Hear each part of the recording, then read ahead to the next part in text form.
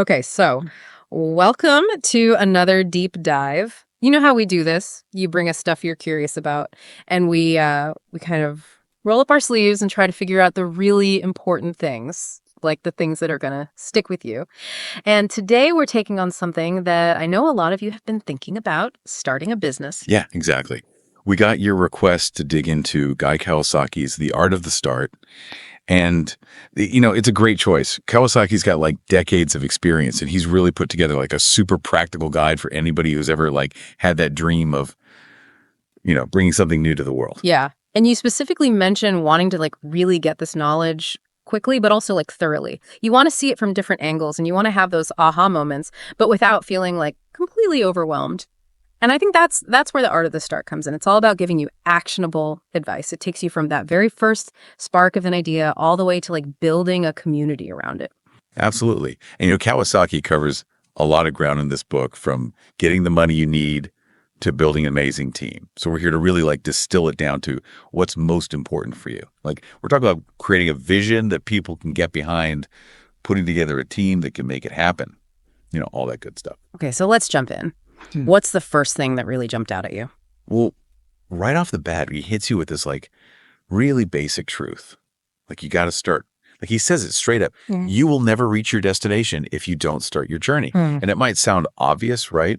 But I think for a lot of people who want to start businesses, it's like this huge mental shift. I see what you mean, especially since you want to learn things fast. It's so easy to get stuck in that like research and planning phase and just keep refining your idea in your head forever.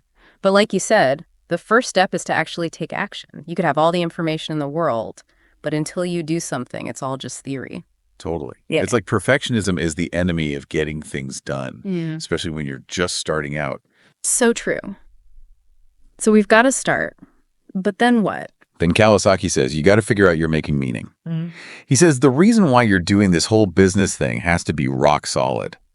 He says, if you're just chasing money or fame or power, it's not going to last. Yeah. You need a deeper reason, something that actually benefits society. Right. It can't just be about like your own personal gain. It has to be connected to something bigger, something that'll make a real difference. And I think when your work has real meaning, it not only keeps you going, but it also attracts the right people, like customers who believe in what you're doing and team members who are passionate about the same things. Absolutely. And once you have that meaning, you got to boil it down into what he calls a mantra.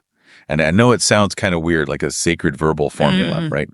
But what he means is like your core philosophy, the big idea that everyone in the company can get behind. It's like that internal compass, the thing that keeps you on track when things get tough. Exactly. Yeah. Like, think about Nike, authentic athletic performance, short, powerful, and it tells you exactly what they're all about. So we've got the why, but how do we actually get this thing off the ground? So once you've nailed down your meaning and your mantra, the next big thing is figuring out your business model.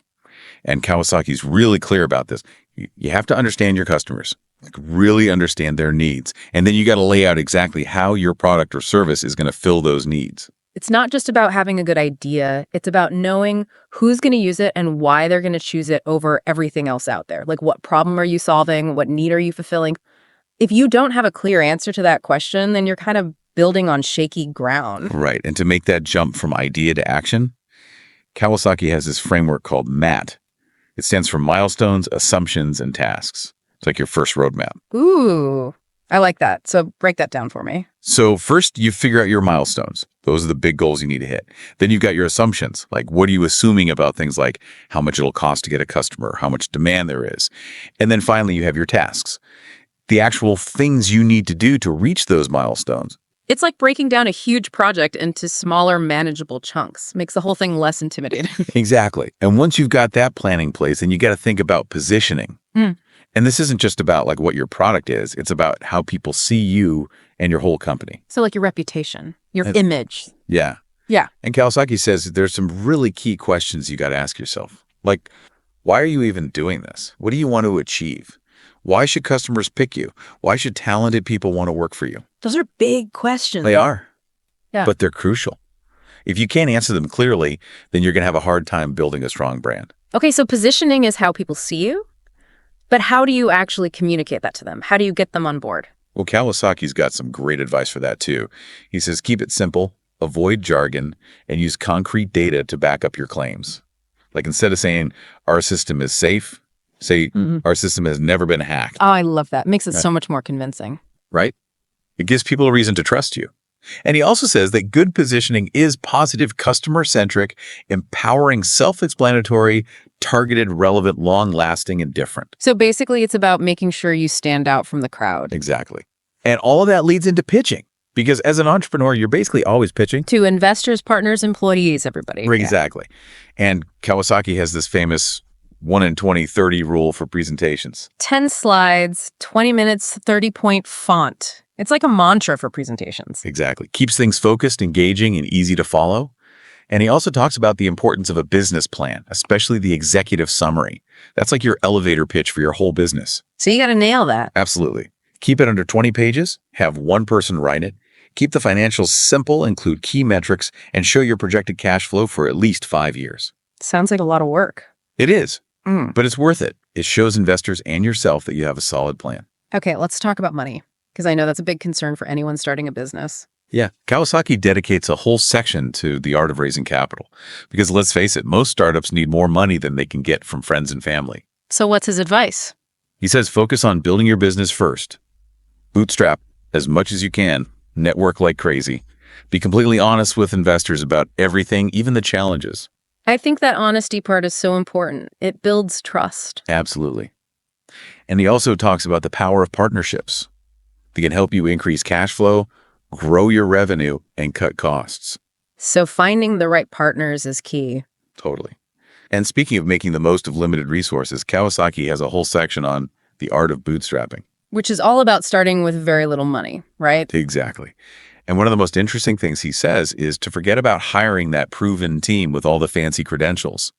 Sometimes it's better to hire young, hungry people who are eager to learn and grow with your company. Makes sense, especially when you're watching every penny. Totally.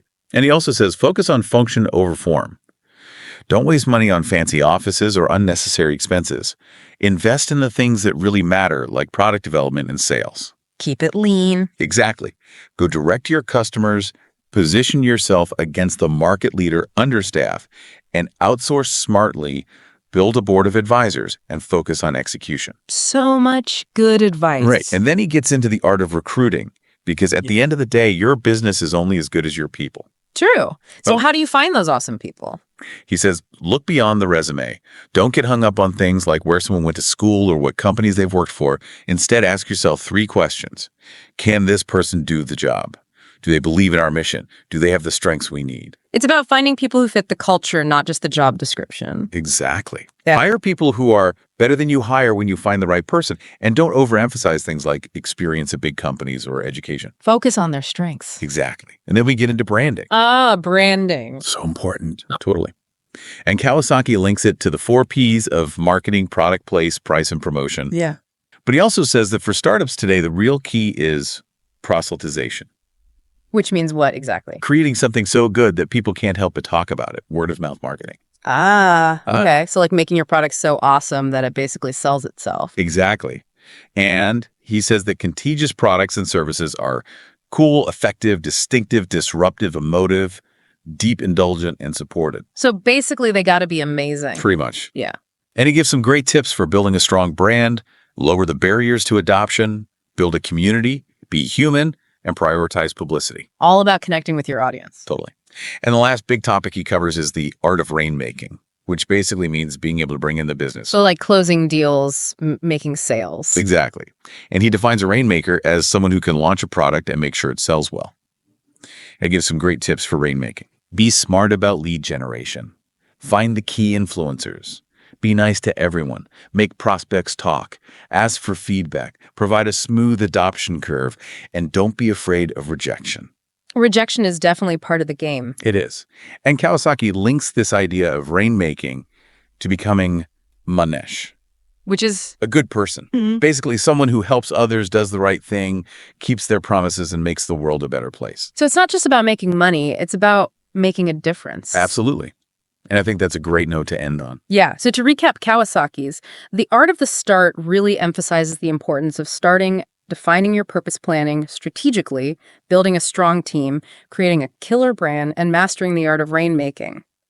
But ultimately, it's about more than just building a successful business. It's about being a good person and making a positive impact on the world. And thinking about all that, what's the first thing you're going to do now? What action are you going to take? That's a great question for everyone listening. What's your next step? Yeah. Take some time to think about it. Maybe reread some parts of the book that really spoke to you and figure out what you're going to do to make your dream a reality. Thanks for bringing us this book, and thanks for joining us on this deep dive. We hope you found it helpful and inspiring. Until next time.